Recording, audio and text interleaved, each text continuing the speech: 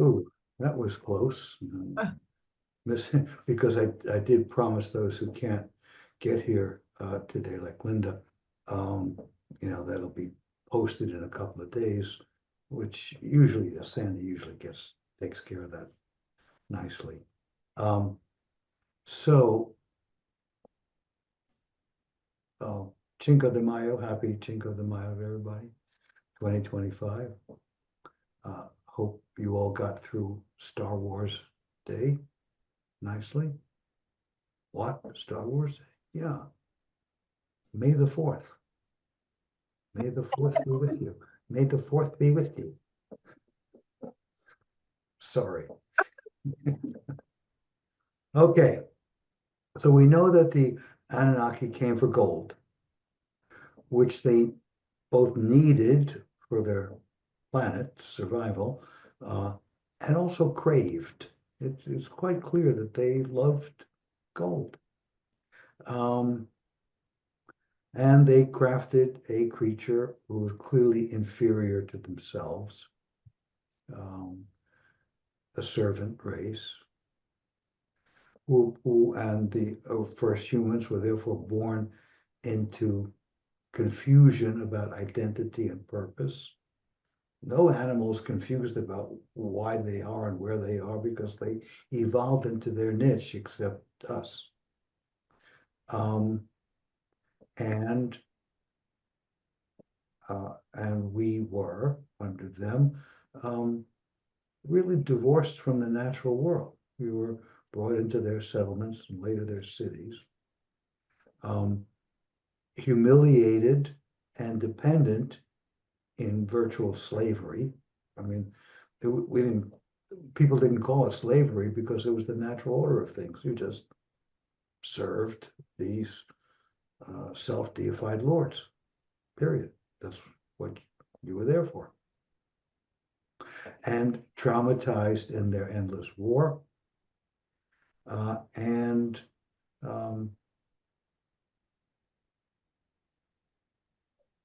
in the course of time was developed an upper class of human, a more godlike human.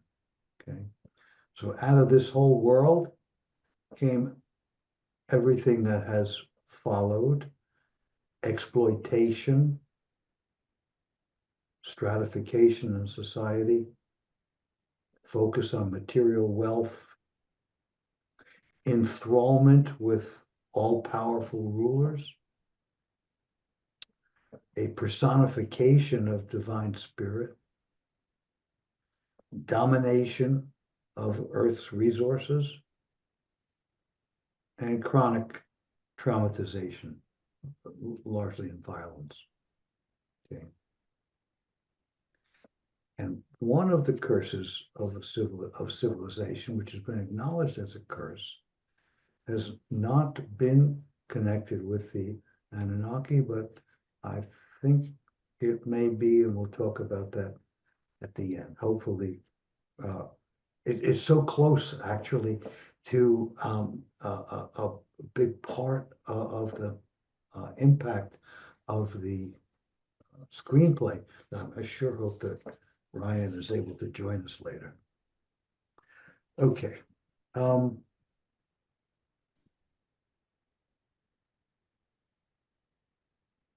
So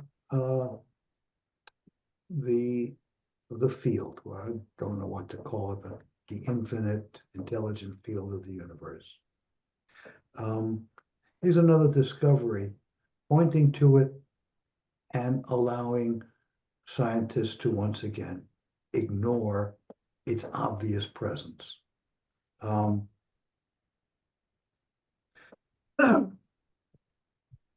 the way, speak up at any point. Don't stand on ceremony. I may not be able to see your raised hand, so just call out. Now, why are we thinking about the field? To me, it's because it makes the persistence of dysfunctional behavior in society over thousands of years understandable. It's in addition to all the specific ways in which the original conditions are passed down, they're held in the field, which impresses upon us. And science, just modern science, Western science, insists on ignoring or refusing the existence of this mass-free medium, and it leads to all kinds of absurdities, like the Big Bang and dark matter and dark energy. And why is this? Because the functioning of the field, gets pushed off into religion and mysticism, and to unexplained, but at the same time undeniable phenomena like acupuncture. But it's pushed away from consciousness in traditional conventional science. So here's a goodie. There's a study of an organism. It's been known for a while, but it's a new finding about it. I'll hold up the picture from the Times. I don't know whether it'll come across well at all, but I'll give it a try. Oh, okay. I guess you can see it. Now, what you're seeing is a sphere made up of elements that are one of the largest unicellular organisms ever found. Large meaning it's like about the size of a tip of a pencil point, but that's huge for a single cell. It at the trumpet end, it's shaped like a very long trumpet, and at the trumpet end, it has a mouth and it's got cilia. And apparently, it's been discovered that floating along, hundreds, dozens, maybe hundreds of them, can come together in a ball and coordinate the movements of their cilia out here on the periphery of the sphere, so that more water flows around the body, bringing more food to their mouth ends. So the individuals feed more effectively when they're joined as a group. Now,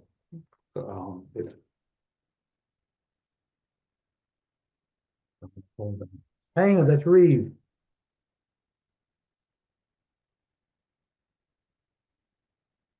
Hello, Reeve. Oh, can I listen in? Please do, because we got towards the end, we have a gem that you are going to be quite excited about. Okay, I'm listening, I'm here. Okay, so it's acknowledged that this is on the way towards multicellular organisms. I mean, how great that unicellular organisms can cooperate. But how do they do it? I mean, really, you can say it's in their DNA. Come on,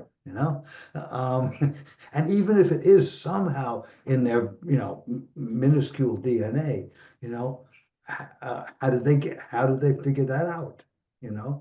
It's much like slime molds, which are masses of unicellular organisms. They look like amoebas, but they're completely undifferentiated. No organs other than they just have a nucleus, but no organs, no nervous system, no muscles, no anything. And a slime mold, you put it in a maze, and it will find food at the other end of the maze. I mean, really, and it's just amazing to me, how a rational person can look at this and not ask what the hell is going on. I see what's happening. How could it possibly happen? The only way to explain it, is that there's cooperation in the field. that affects the individual units. Okay. You've heard this before from me, so. Um, Next, people are surprised in the field to discover that, and here's a picture of a bone, piece of a jawbone. Jawbone of a Denisovian human, a branch that's related closely to the Neanderthals, discovered in what was the land bridge between mainland China and Taiwan. We're not going to tell the Taiwanese that once upon a time there was a bridge, you know. That's uncomfortable information. But it's just nobody expected that this being, which has been found in mainland Asia, ever got that far to disperse that far away. And it just adds to the mystery of all of the the forms of human, and the fact that they can't be organized so far, on a on a branching tree of evolutionary connections. There are some found, for example, just a few years ago in a deep cave in southern Africa, there was a species found which had both highly advanced features, and very primitive ones, from much earlier species. Like, how could that be? And it's always going to be a mystery, because clearly there's been a combination of in vivo evolution. In other words, species working themselves out in different environments, and in vivo evolution in the lab of Enki and Ninmah, and what, without that key piece, that some of the chromosomal changes were engineered, will never be able to come even close to a rational tree of how we wind up here, Homo sapiens sapiens, the so-called Cro-Magnon man. The Denisovians. So, on the search for evidence of life in the cosmos, an article from The Guardian, one of my favorite newspapers, this year, April 20th, this year. Scientists were blown away how an asteroid may have delivered the vital ingredients for life on Earth. So one of the findings is dust brought back. I mean, how the engineers, work this out is astounding. We really, when we're good, we are really, really good. They brought back dust from an asteroid named Bennu, whose minerals were including minerals that have been found to contain chemicals critical for the existence of life. So an exhibit is going up now in the Natural History Museum in London, about, could life exist beyond Earth? It opens in 11 days. Get your tickets. It'll be a key chance for the public to learn about recent developments in the hunt for life on other worlds. And there's a second finding.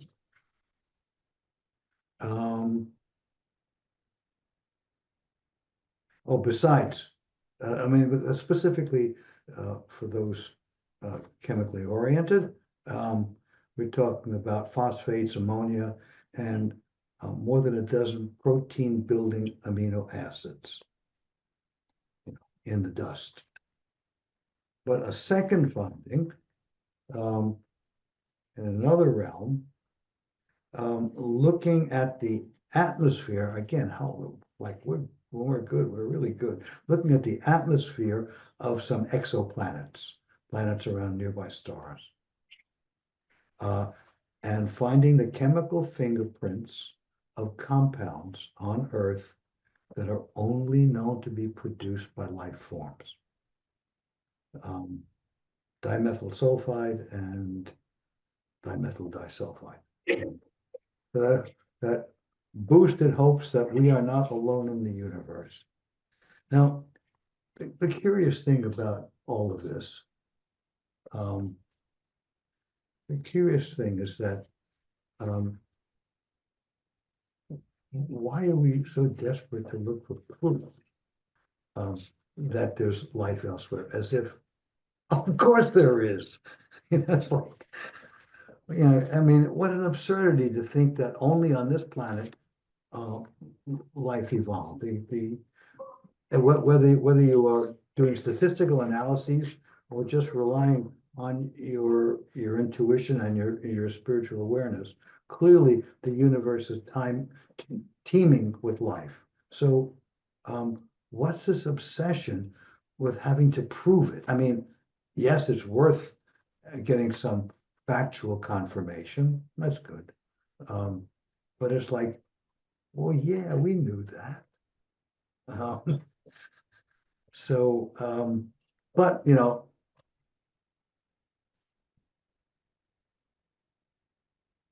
apparently there's some money available, which some pirates have not yet cut off that funding, and these studies are going on. So I mean, you can't object to it, except that maybe that money could be better spent.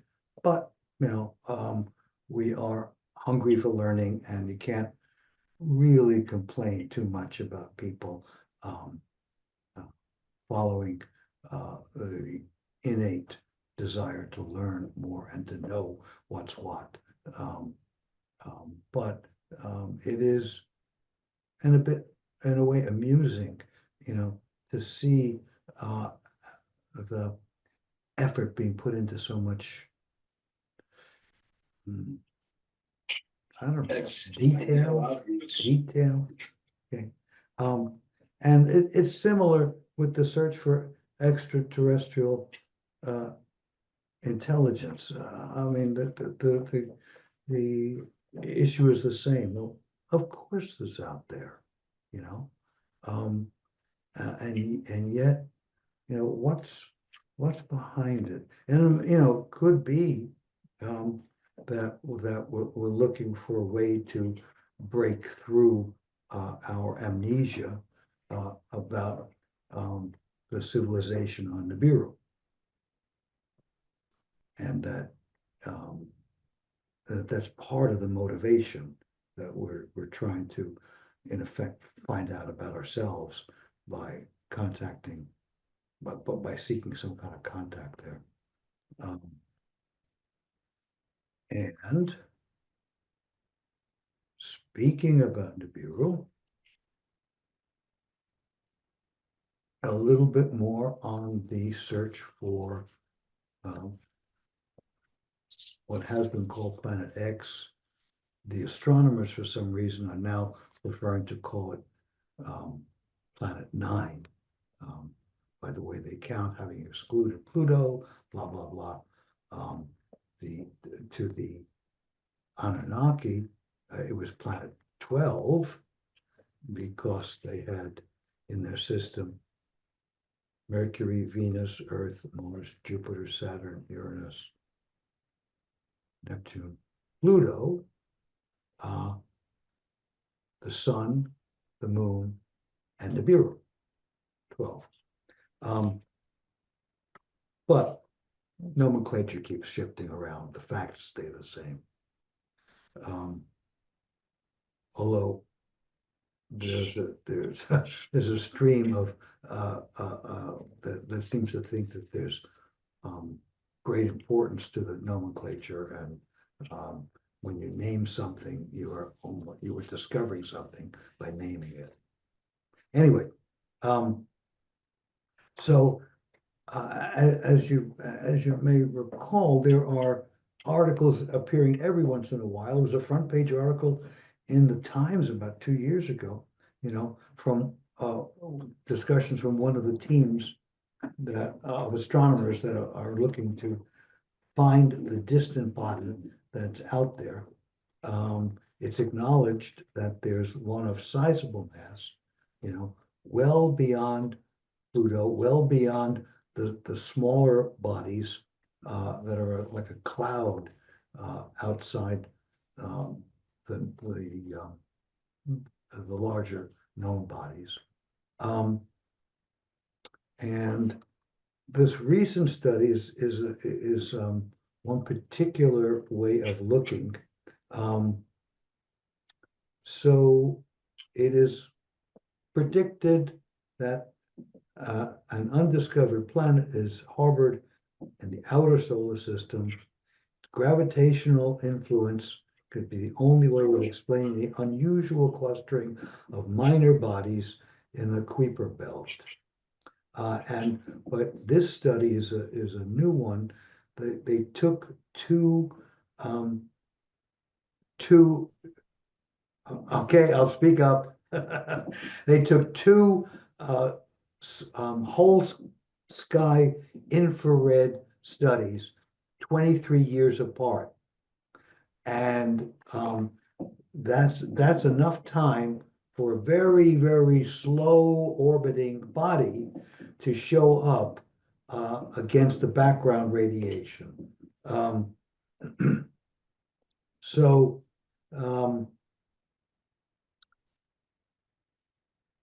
these two studies concluded that there's something out there at a range of between 500 and 700 AU, astronomical units. Now that's the astronomical unit sidebar. It's an interesting term because it's almost meaningless astronomically. The astronomic unit is the distance, the average distance of the Earth to the sun. Not particularly significant figure, just that's where we are, It's like, well, why does astronomy stick to this basically outmoded term when they could be using a lot of other, linear measurements, okay? To my mind, it's a remnant of the time when Earth was the center of the universe, the science. Anyway, so it's between 500 and 700 AU and a mass between 7 and 17 Earth masses. And it's very slow moving, et cetera, et cetera. Now, I think they are partly barking up the wrong tree because one of the possibilities for the kind of body that this is and the kind of orbit that it is has been discussed in the past, and currently it seems to be getting dismissed. Amnesia is working well because that theory has the body in a cometary orbit, like the tablets say Nibiru is, 3,600 years. And the reason that's significant is that the effect on the smaller bodies at the very outer edges of the known solar system is very different if they are responding to a body in a fixed, nearly circular orbit, or if they're being affected by the periodic passage through them of a planet. Because, in other words, to have the same effect on them, the mass wouldn't have to be as big as it would have to be if it were way, way out in a circular orbit. So they're looking for something that is way bigger than Nibiru actually is. Okay. Um, and, you know, if I had my druthers, I would bribe or bet one of the astronomic teams to use the data from the tablets to look for Planet X. Because the tablets tell us its period of rotation. The tablets tell us that it's on the way inbound now, that it will reach perihelion, that it will reach the closest point to the sun in 3044. And that it always passes through the asteroid belt. And it's now below the plane of the ecliptic. I mean, that's a lot of data. And when spotted, it'll be very reflective and golden color. I mean, that should make it a lot easier to find. And if I were offering a prize, that's what I would do. I'd offer a prize to find it, and I would slip one of the teams all of this data. But let's see what happens. But if they keep looking the way they are, it's unlikely they're going to find it. Even though they keep predicting that it's just around the corner, just around the corner. But in their calculations, in other words, they're making one big mistake. They're looking for something in a fixed, almost circular orbit, not for something that's moving like a comet. In spite of the fact, here's what's really interesting. In recent years, other teams and astronomers working at on other matters keep finding planets that move just like that, move just like the tablets say Nibiru does. They were almost thrown out of their original circular orbits and moving like comets through their solar system. Like, hey guys, here are pictures of planets which are sometimes way out, far from the sun, and when they're at that end of the orbit, they move very slowly. True, they're out there for a long time, and then all of a sudden they zip in and move very fast around their star. So, like then Team A is ignoring Team B and making it easier to stay in amnesia, which appears to be, which has often been the MO and the motivation for religious authority, and now they're partners in scientific authority.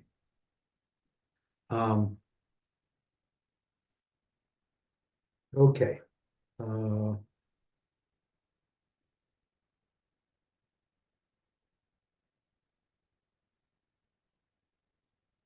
As promised, I think I've stumbled on through my studies, reflections, stumbled on a link between some of the specifics of life under the Anunnaki and one of the acknowledged curses of civilization, specifically the hatred of the Jews. Something that just does not go away. And it's, I guess I wouldn't say everywhere. I don't think there's a whole lot of anti-Semitism in Greenland, but I don't know. There will be soon. And that, by the way, that's a very interesting term, isn't it? It's a 19th century euphemism. anti-Semitism. I mean, it's hatred of Jews. It's the hatred of Jews, period.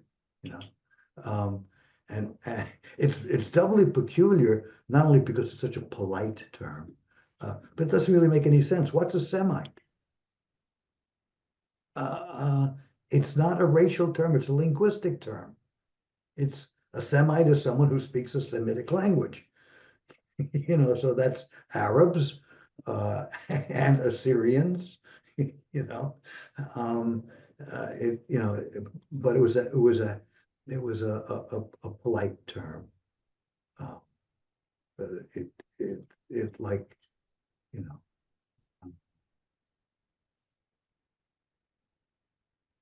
when we get to touchy things, we do like to smooth our language.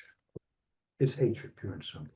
So now we know that when you have a stigmatized minority, they become a magnet for projections from qualities in the life of the dominant culture that they don't like, can't stand in themselves, won't acknowledge in themselves. So a great deal of the details, the seeming that are posted as justifications for the rejection and hatred, you know, are all projections. So the greed and lust, you know, dishonesty, things that people don't like to admit about themselves get, you know, well, that's not us, it's them. Okay.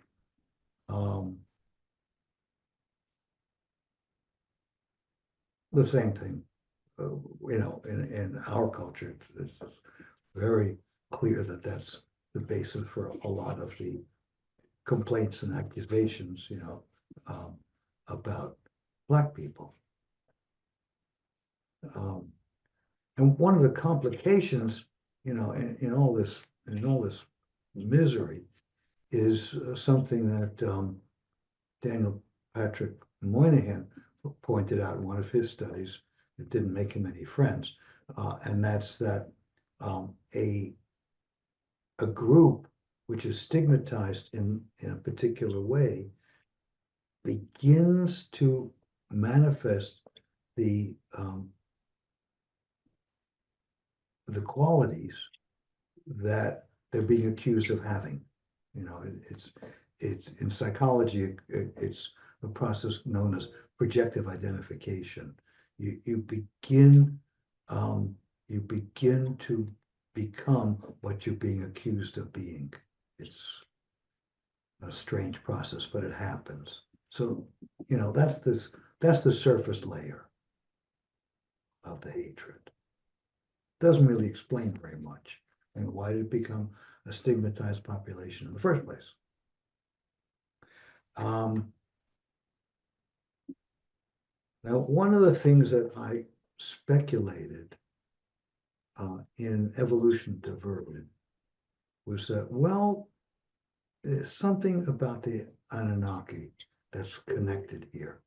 And what I wondered about out loud in print, you know, was whether the reports of the God of the Hebrews, violent, exclusive, jealous, but mostly, you know, destructive to other peoples other than the chosen people. You know. What has, and that text, those texts, the first few books of the Hebrew Bible, they are also the foundational text for the Christians and Muslims. But they are clearly Jewish writings. And what I speculated was that they were re-traumatizing everyone who read them because they were an updated version of the warfare of the Anunnaki, which involved the god of the city bringing his super weapons to play and decimating the army of the opposing god of the opposing city. Um, that um, that by reading the Bible, people were being pushed unconsciously into memories of destruction of masses of humans in the Anunnaki wars. Um,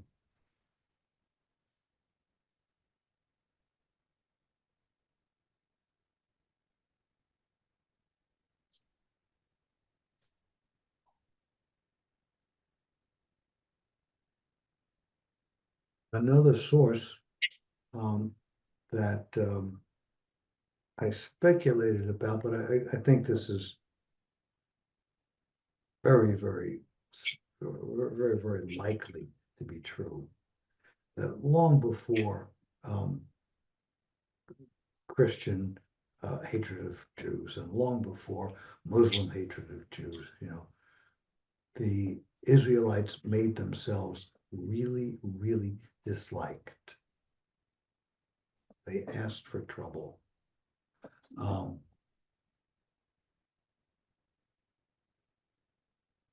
Hi, Ryan. Hi, Ryan. Hello. Don't have a Okay, lot of time, but I wanted to come in and say hello to everybody. well, we're getting to the good part. All right. Saved it I for like you. to come in. So, if you deprecate the religion of everybody else around, all over the Middle East and the Mediterranean, you're not making friends, you know. Um, and the abomination that everybody else's religion was said to be, and the cause of so much warfare initiated by the Israelites, against all of the surrounding tribes. It's in graphic detail, in Exodus and Leviticus, you know. Um, and then with the insanity of taking on the Roman Empire, you know, um, uh, it's like this is not the way you generate anything but disregard and hatred and um, okay.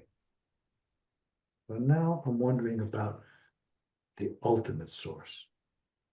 So here we go. The seat of Enlil's power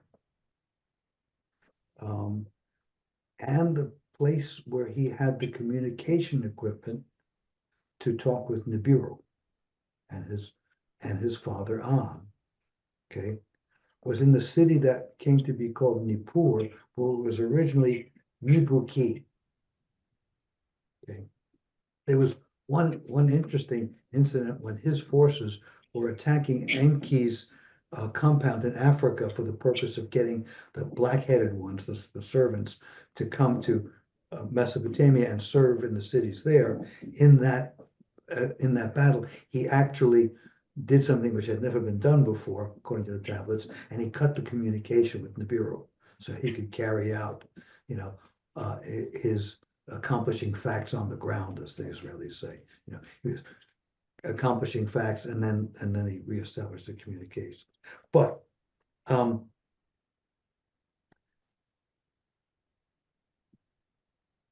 we know that from the start, humanity was considered an abomination by Enlil.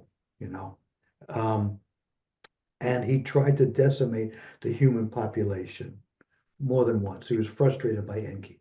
Before the flood, there were reports of weather modification and how much that was magnifying a drought condition anyway. But he ordered Enki to stop the fishing operations. Enki, if you may remember, was the lord of the seas. Um, and Enki was frustrated all his attacks. Then Enlil was delighted to know that nature was going to do the job for him, and Nibiru was coming close, and there'd be a mega tsunami, and Mesopotamia would be wiped out, and Enki frustrated him again by getting one of his followers to build a boat, to save a remnant of civilization that could eventually be rebuilt over the following few thousand years. So why is this a big deal that, about Enki and Enlil? Because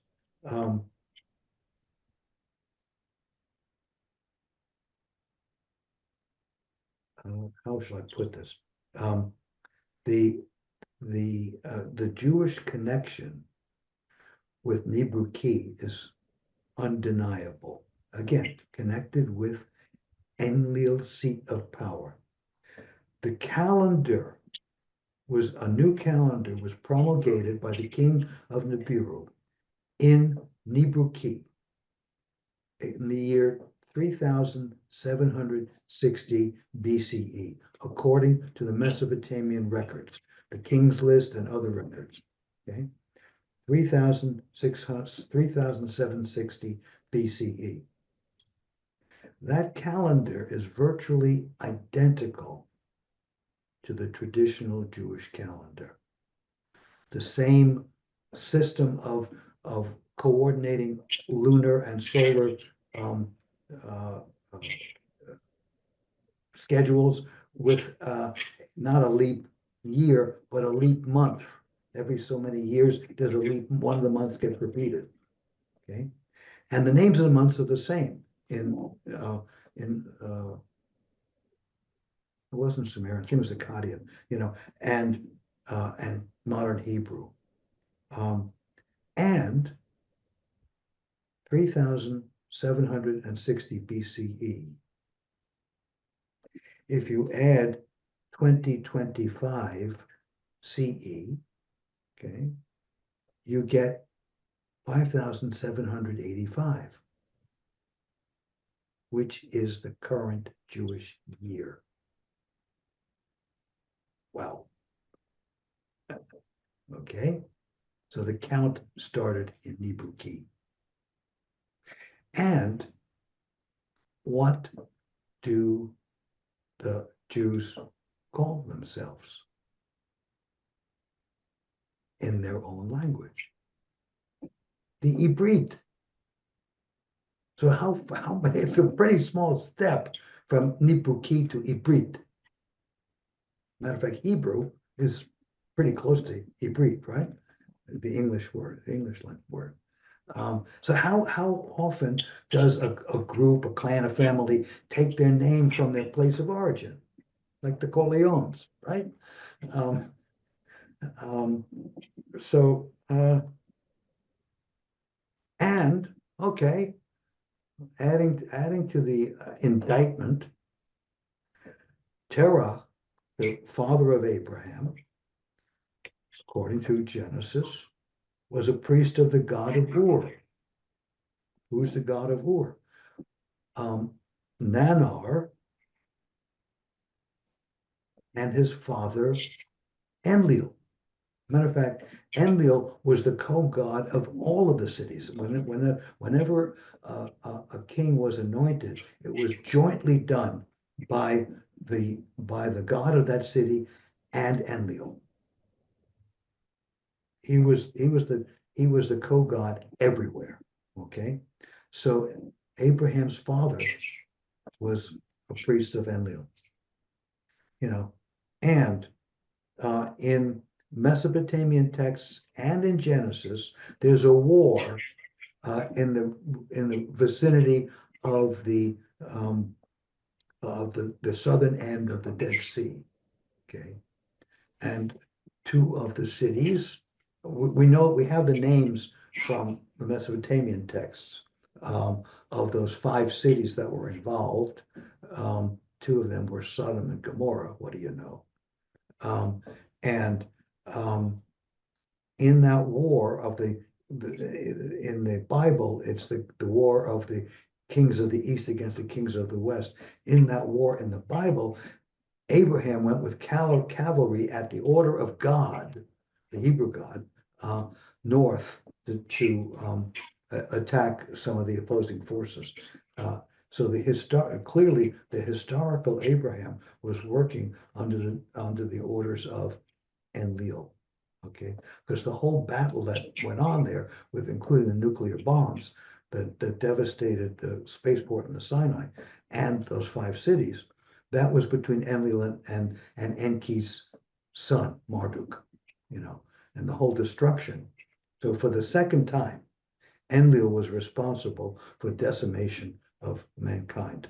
In that case, it was the nuclear fallout from the war that he instigated in order to deny Marduk, Enki's son, from capturing the spaceport. So Abraham and his family, they were allied with the wrong side as far as the rest of humanity is concerned. I grant that this is a bit tenuous, but there's so many pieces of connection between the first Jews, and Enlil, the mankind's nemesis, that how could they not be somewhat stained, colored, by that association? Nothing certain here, but it sure looks suspicious, and it helps to understand how a hatred could last for so long, because as far as we can tell from the historical record, there's no time when there wasn't hatred of the Jews.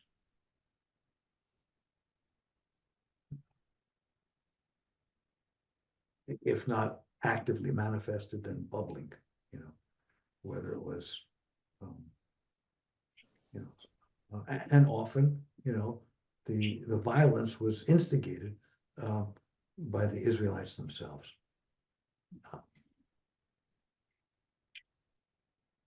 So,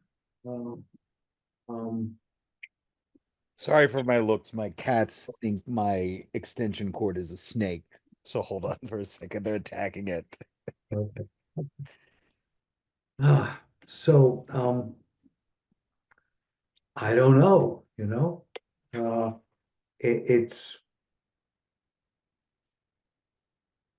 it certainly suggests that, unless and until we get out of amnesia about our origins, we're not going to get away from this curse, this particular curse, along with all the others. The forever warfare, the exploitation, the fixation with wealth. Mike, don't most societies, or let's say all societies, historically have needed somebody to hate? I mean, isn't that's a major way of differentiating?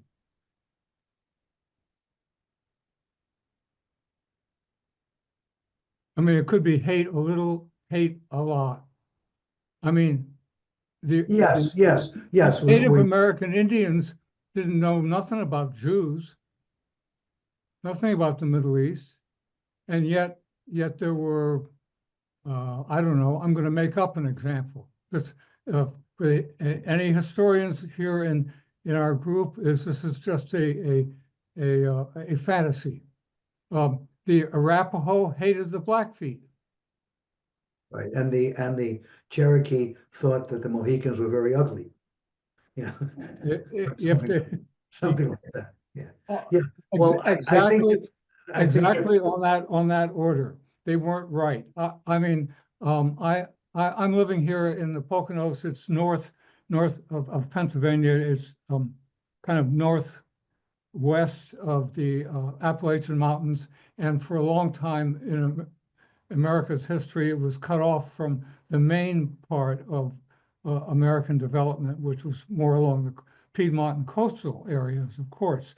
And there still is a sensibility among the natives here that the people on the coastal side of the Appalachians, they're different. They're Well, different from us. yeah, There isn't hatred, but there is a differentiation. And I mean, I mean, everybody here on the north side of the Appalachians, northeast side, came from the southeast side. well, And you just yeah, live a little. them is universal. And Right. the more unhappy us is, the stronger the deprecation of them, the Yeah, stronger the projections. Okay. So happy people say, yeah, they're different, but to each his own, yeah. But and that, I think you're absolutely right, Jim, but then the question is, yeah, but why does everybody hate the Jews? Well, they don't hate them until they come across them. Well, And yeah, well, no, actually, they hate him, no, the hatred is one of the greatest things is, there's no interaction often. There have been cases, where youngsters in the South, encountered a Jewish person for the first time and had to check out where were their horns, because they'd never seen one before. Could also be due to like Jewish people aren't into proselytization and kind of want to keep their society closed off. Of like just inherently by being Jewish is sort of alienating yourself. You're always Jewish wherever you are. And so there's, a kind of guide rail, no matter where you are living. right, you don't totally assimilate. Yeah, exactly. Right, right. And your assimilation is with deprecation, we eat our special food because their food, is unclean. Right, no good. Okay, how could you eat pork? Ah, and and the guy who's enjoying his bacon and eggs is saying, oh, wait a minute. Yeah, and there's this unfortunate stiff-necked superiority of being the chosen people, come on. That's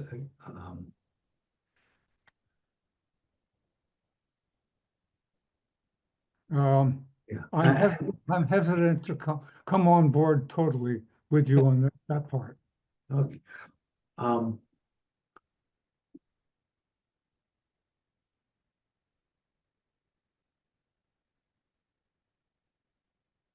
It's like, the line from the Ship of Fools, the guy is hearing this anti-Semitic rant, from one of his, fellows on the deck of this ocean liner. Oh, And he says, funny line, and he says, you're right, it's all the fault of the Jews and the bicycle riders. The guy says, the bicycle riders? Why the bicycle riders? And the first guy says, why the Jews? as a slightly different sidebar, I forgot I'm wearing my King of Prussia shirt for Oh, right. Pennsylvania, Eastern PA. Welcome to Pennsylvania. I grew up in Pennsylvania. My Oh, family's still there, but yeah, I totally forgot I have my King of Prussia shirt.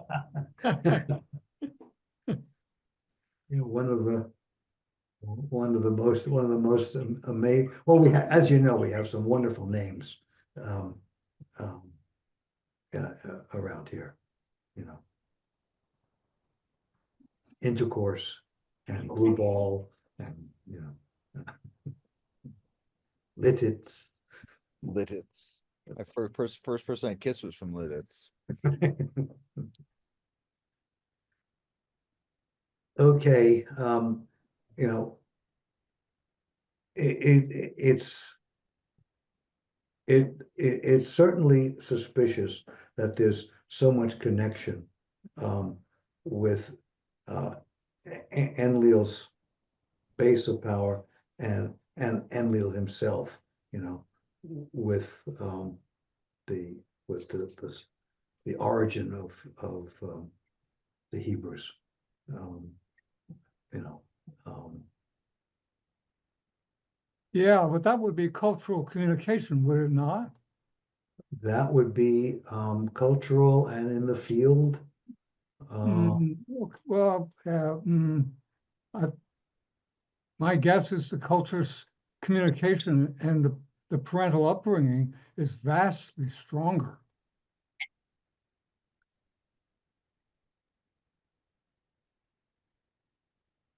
More obvious, Well, certainly more obvious. more obvious, more identifiable, but there there are so many processes that are more concrete and more obvious that you know I I'm inclined to think, and it doesn't mean that I'm sworn on this, but inclined to think that they are doped, so to speak, that the and that's a kind of a chemical term, but that they are inclined in that direction, vibrationally by the field. In other words, yes, they all go this way, they all go this way, the culture goes this way, the stories go this way, the legends go this way, and they all go that way because the field goes that way. And every other material bound process, aligns with the shape of the field. That's my inclination, like I'm ready to be proven wrong, but it seems so likely to me that, that's, yeah,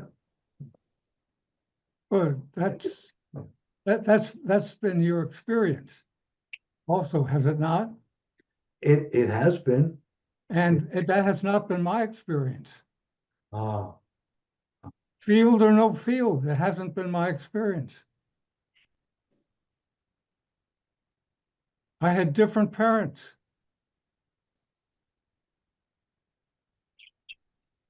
I mean, different from most of the Christian parents.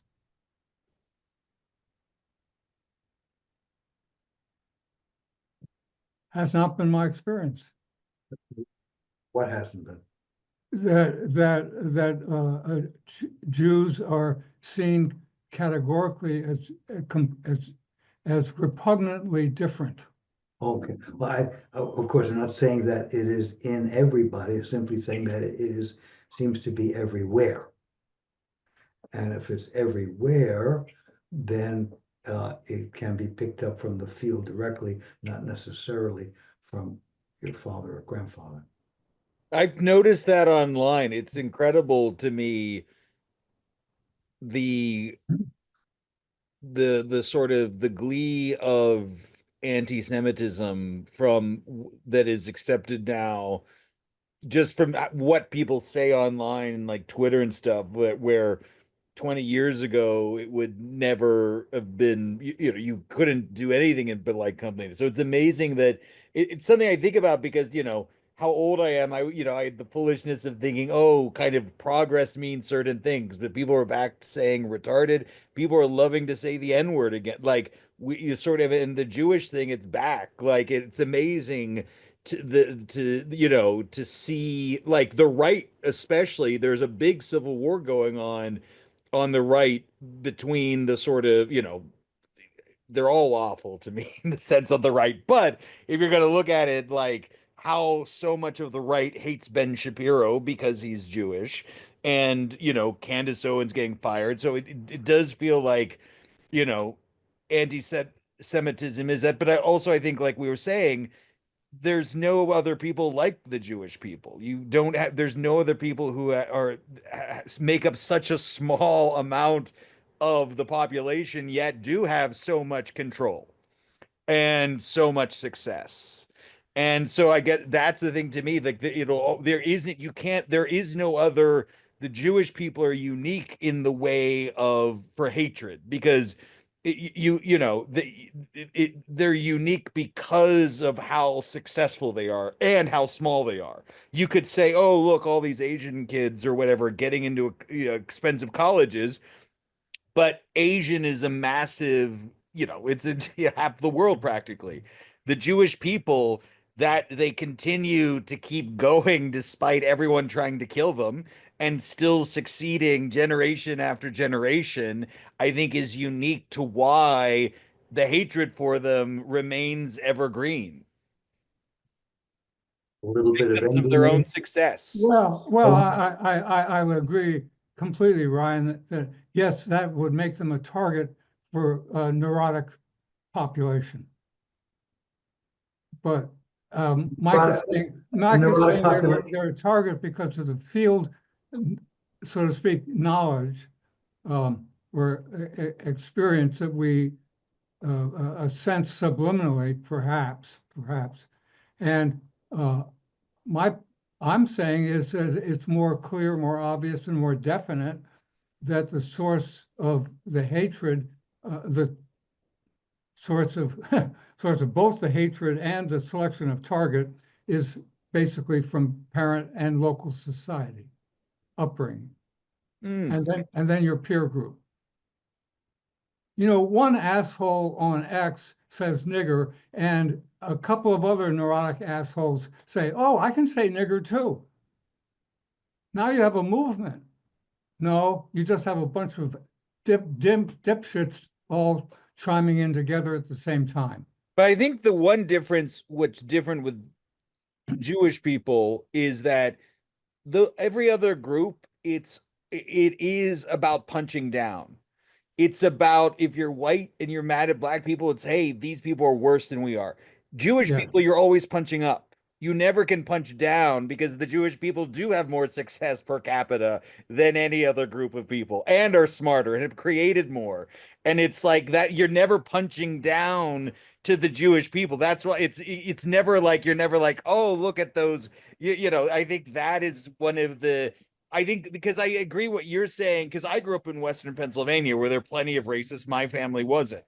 But I do think it is unique. There's something universal where the sort of the anti-Semitism or Jew hatred has sort of crossed boundaries, crossed, and you see it now. I mean, it's unique. It's probably the only group that both the far left and the right hate right now.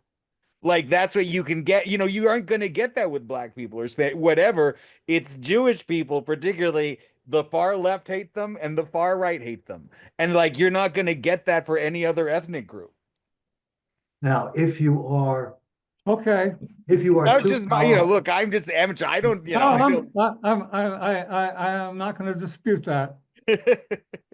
if you are too powerful and you are too wealthy, uh, and I need to you close my are windows. too effective, aren't you a lot like the Anunnaki? Aren't you a lot like our parents? Our parents and the Anunnaki. So, um, uh, uh, I'll give you a personal funny story. So I am a proud graduate of the Bronx High School of Science, where and now it's very largely Asian, but back then it was maybe 85%, 90% Jewish. So I'm having my interview, my admissions interview at Columbia with a very nice Middle Western waspy guy, a sub dean of some sort, and he's looking at the record and said, well, tell me how he was virtually telling me I was admitted, telling me what they would expect of me if I were in the class, you know. And he says, and this was his bow to diversity and inclusion back then. Okay, we're talking 1959. He says, we could fill the entire, entering class from your high school, because it was a big high school, not a very big college. And he said, but we're looking for more. He didn't use the word diversity, but we're looking for a broader range, of cultures, of backgrounds, and it just would be ridiculous, to admit your whole high school class. But what he wasn't saying, and I don't think he was conscious of saying, yeah, and then the entering class would be 90% Jewish. Uh, because, like with all the Ivies, up until that time, it was a very clear unwritten quota, you know. And there might be some professors that were okay, but not many, and there was a very limited number of Jewish students that were admitted, you know. That was, I mean, it wasn't just Columbia, it was all the Ivies. So so there is, a history of a very polite form of anti-Semitism / Jew hatred, in the Ivies. So the accusation is got some historical linkage. Well, yeah, in my college class, there was one black person. About 1,000 people in the class, and there was one black person. And he was from Nigeria. Here's another funny story. You couldn't find 3 or 4 other smart, capable, well-educated young black men in America? No, we couldn't. In my class, we had 2 black guys, but they both had Jewish names. They obviously had been adopted by Jewish families. Go figure. Well, in 1960 and earlier, the admissions, as good a job as it may have done in order to admit us, admissions was really lazy on other areas. But they were only lazy because they were told to be. Mhm, mhm.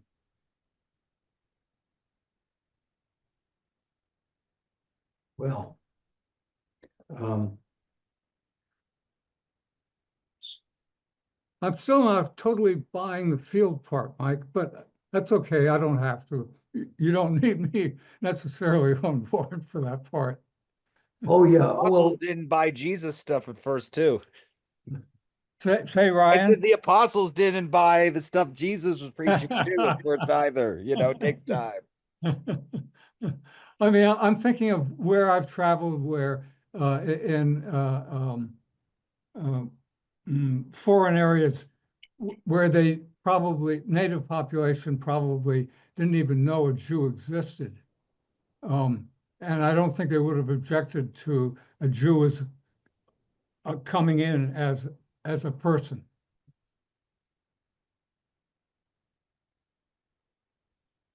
They would have to be told to object first. That's an interesting, it would be a great thought experiment if you could do that to kind of like introduce people's two groups and without the pretext. I mean, that also gets into kind of the big the kind of the argument in the Jewish population now, are Jews white or not? Like now they're considered white, where I'm sure, Mike, when you were a kid, that would be the crazy, like that you like considered white would be the craziest thing ever. Like that, like now they are, Jews are just considered white. Well, But maybe that's changing again with, who knows? Things go. maybe you, have you ever heard um, the Think about that scene in the Annie racist Hall trope? when he's eating at Diane Keaton's house in Annie Hall, and he's imagining the mother's looking at him, and he's like imagining him as the Hasidic. Right. But and then there was the racist trope. Yeah, they're white on the outside, but they're black on the inside. Um, um, but well, I don't know about foreign places. I do know that in Goa, there Mhm. was the Portuguese enclave on the west coast of India. Um, I forget what years it was, but there was a vicious inquisition and a lot of killing of the Jews in Goa. Um, Well, somewhere there was some religious personage saying, "Go get them. They're terrible." It wasn't the field. It was the promotion, the political sadistic action based on that was made possible by the participants' neuroses. They have to hate somebody. They're gonna hate somebody. Just give them a direction and a target.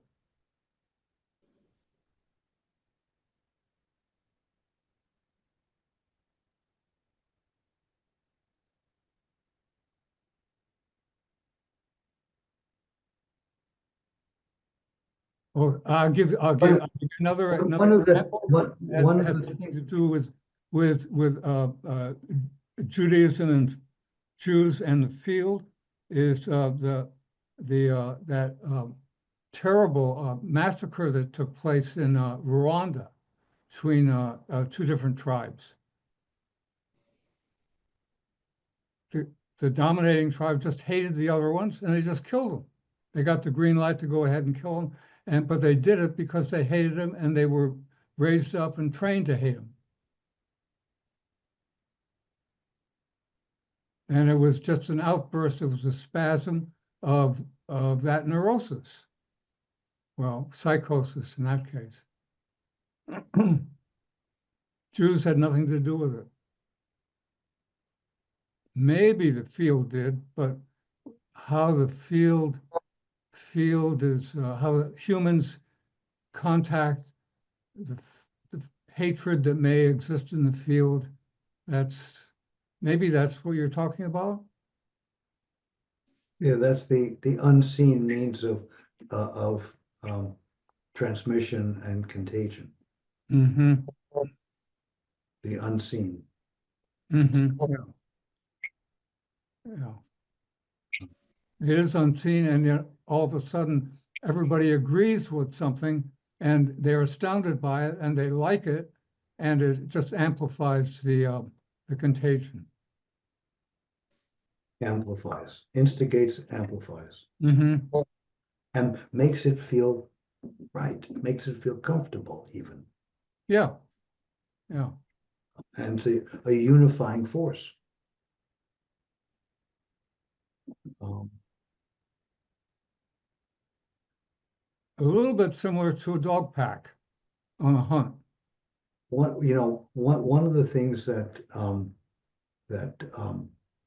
about being an exclusive, culture, excluding those who are not like us, is that it becomes infectious, and then it happens within the culture, and so it becomes divisive, and sectarian, and breaks up into movements and sects, everyone rejecting the others, you look at the Hasidim, with their hats and their payas and all of that stuff, but in Israel, there are factions, about 5 or 6 different factions of Haredim, the Hasidim, that hate each other.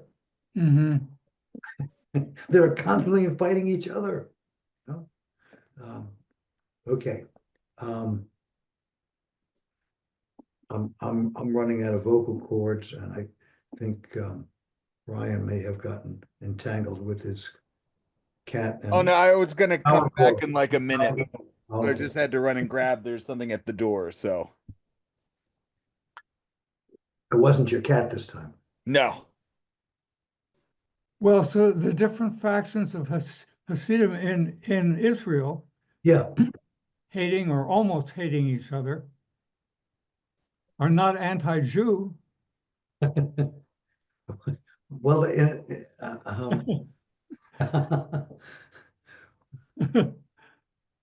They're anti those dimwits over there.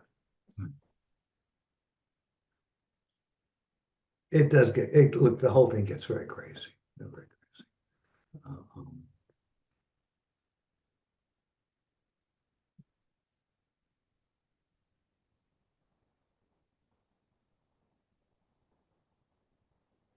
But devices, there's a joke, you know why there are no Israeli cruise ships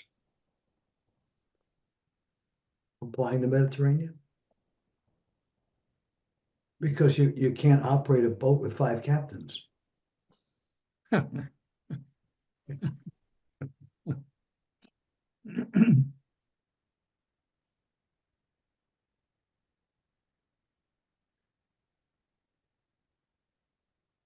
Okay, good. Anything that anybody wants to toss in before we say good evening? It's been a pleasure. So, Yeah, I applaud the pleasure too. Thank you for the whole time. I was listening attentively too. and I appreciate it. Thank you. any particular thoughts about, you want to add about the hatred of the Jews? Well, I remember, of course, Velikovsky saying that what happened as reflected in the Bible was this terrible catastrophe, extraterrestrial in its nature. And what it did was wiped out all the quote gods of Egypt, not the Sphinx, but all the other gods of Egypt.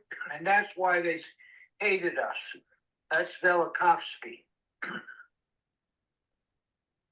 Okay, that, I don't recall that from his writings, but And he also talks about that elephantine diaspora of mercenaries that were Jews and that they had been threatened up and down, and that had a lot to do with the cultivation of the anti-Semitism, which had been based earlier on the destruction that the quote Egyptian gods sustained. I may not have this 100% right. It's been a while. oh, been a while. Okay. Yeah, yeah. It's in my book, though. You can always. I'm going to pick it up and look again. I have all the information in my own book, but I don't remember it was precisely how Velikovsky put it really. I'm going well. Yeah, Reeve is talking about one of his books that shows the parallel between the Exodus story, and and planetary catastrophes. Yeah, and it reflects on what the Egyptians were saying at that particular time too, and that Hyperion, who recounts the same kind of story as in the plagues. Yes. I don't remember Sitchin ever writing about the hatred of the Jews. The only thing he says is that the Anunnaki considered them the smartest of the people, and that's why they were placed in charge of the spaceport in Jerusalem. But I don't remember seeing anything. Do you know of anything in the Sumerian records that refers to hatred of the Jews? No, now the origin of Hebrew people was uh, you know, relatively late in Mesopotamian history, you know, because Abraham and his family were present when when the nuclear war broke out and most of Mesopotamia was devastated. Okay, let more next time in a month.